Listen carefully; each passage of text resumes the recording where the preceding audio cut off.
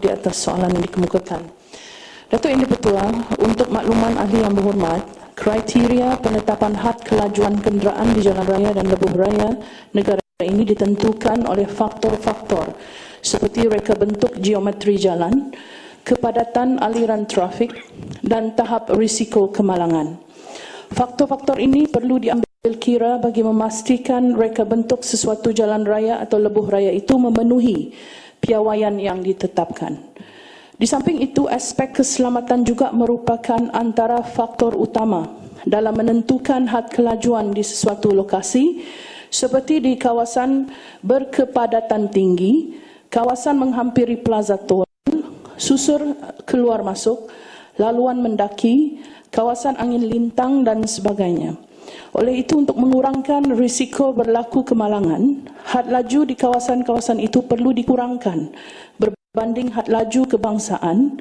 Had kelajuan kebangsaan untuk lebuh raya iaitu 110 km sejam untuk lebuh raya antara bandar, 90 km sejam untuk lebuh raya dalam bandar dan jalan persekutuan iaitu 90 km sejam. Untuk makluman ahli yang berhormat, kadar had kelajuan yang diwartakan di jalan raya dan lebuh raya negara ini bertujuan untuk memastikan tahap keselamatan pengguna secara keseluruhan.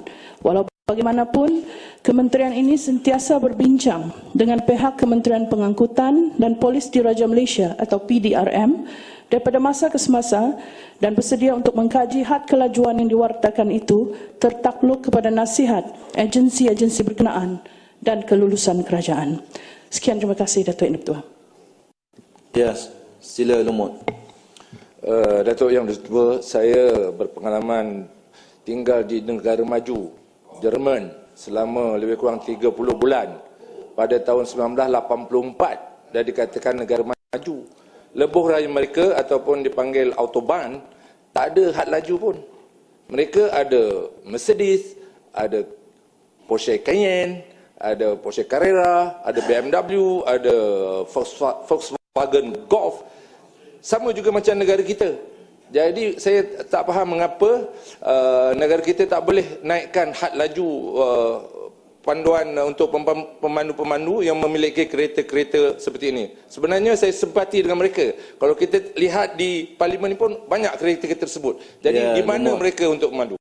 Jadi kita mohonlah supaya sebenarnya soalan saya tak tujukan kepada Kementerian Pengangkutan. Rupanya macam saya jugalah. Soalan Felda, soalan Fekra saya jawab Felda. Rupanya sama juga kementerian. Soal kepada Kementerian Pengangkutan, Jabatan Kerja Raya jawab. Apapun, saya nak minta, kalau betul nak menuju negara maju, kita majukan kelajuan kereta. Kalau tak boleh sekarang, tahun 2020. Boleh ke tidak? Terima kasih, Yang Mohd Menteri. Terima kasih Datuk Yang di-Pertua. Terima kasih Yang Berhormat Lumut di atas soalan tambahan. Yang Berhormat, secara hakikinya, kita tahu, ini adalah pengetahuan umum, semakin laju kenderaan, semakin tinggi risiko kemalangan. Yang berhormat, ya. Dan kes kemalangan yang tinggi masih lagi berlaku di negara kita. Dan saya minta izin kepada Datuk Yang di-Pertua untuk berkongsi statistik kemalangan yang menunjukkan jenis kemalangan yang berlaku di lebuh raya, jalan persekutuan dan jalan negeri untuk tempoh 3 tahun. Tetapi saya tak sebut semua, Datuk Yang di-Pertua, hanya yang penting saja. Dan pada tahun 2011 yang berhormat, kemalangan melibatkan kemalangan maut adalah 4,798. Parah 3,693 dan jenis kemalangan ringan 6,474. Pada tahun 2012 pula, jenis kemalangan maut mencatatkan kematian sebanyak 4,753, kemalangan parah 8,430 dan kemalangan ringan 6,702. Dan tahun 2013 kematian maut dicatatkan adalah sebanyak 4,684, kemalangan parah 2,870 dan ringan 4,931.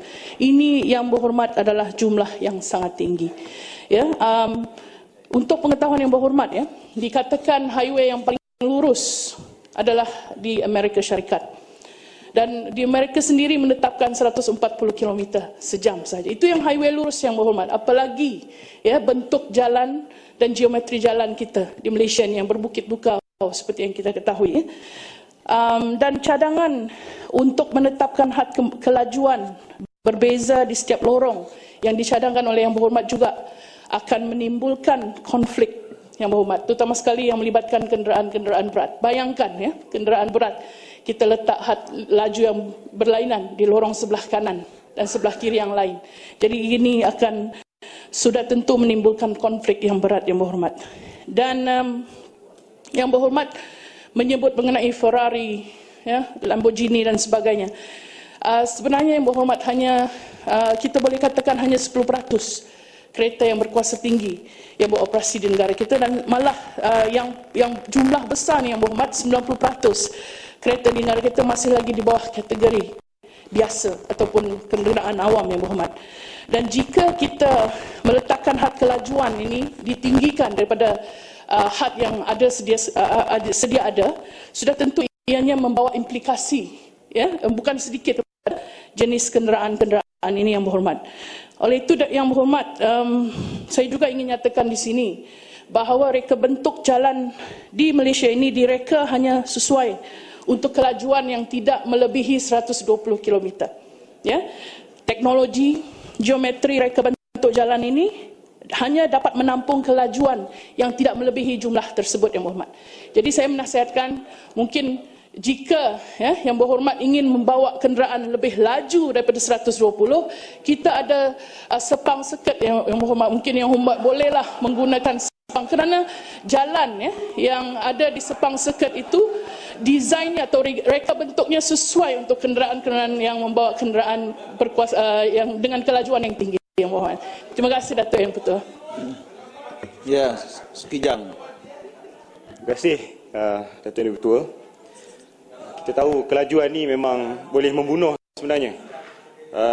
Sebab itulah minggu lepas Timbalan Menteri Sains, Teknologi dan Inovasi mencadangkan agar semua kenderaan-kenderaan ini dipasang peranti untuk menghadkan kelajuan. Sebagai contohnya, ada setengah-setengah kenderaan tu diberikan cut off. Paling laju kereta tu boleh pergi 160 km sejam. Jadi soalan saya, Datuk Yang Ketua, sejauh manakah kajian ini telah dilakukan oleh pihak kementerian dalam mengenal pasti keberkesanan peranti ini, dan sejauh manakah keseriusan kementerian dalam mempertimbangkan pemasangan peranti ini supaya kenderaan-kenderaan yang ada dalam negara kita ini, contohnya kereta Ferrari yang lelaju itu semua tu, kita hadkan supaya dia tak boleh pergi paling laju pun 130 atau 140 km sejam. Terima kasih. Ya, sila Menteri. Terima kasih, Yang Berhormat, di atas soalan tambahan. Saya ingin nyatakan di sini apa yang dibangkitkan oleh Yang Berhormat, ya, terutama sekali mengenai soal peranti, ya, ataupun teknologi terkini dalam bidang dalam pengangkutan adalah di bawah bidang kuasa Kementerian Pengangkutan. Namun Yang Berhormat, suka saya menyatakan di sini bahawa di antara pihak Kementerian Kerja Raya dan juga pihak Kementerian Pengangkutan beserta dengan Polis Diraja Malaysia atau PDRM dan juga agensi-agensi seperti MyROS dan sebagainya sering mengadakan mesyuarat secara berkala, ya, mengenai isu-isu keselamatan jalan raya, ya, Datuk Yang Di-Pertua.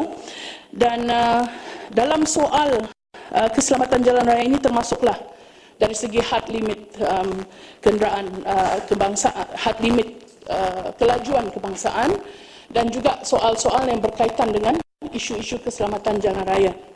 Dalam soal ini, Yang Berhormat, saya akan maklumkan kepada wakil kementerian kita untuk membangkitkan soal yang ditimbulkan oleh Yang Berhormat ini semasa mesyuarat yang akan diadakan. Dan mesyuarat ini sebenarnya Yang Berhormat berlangsung secara berkala.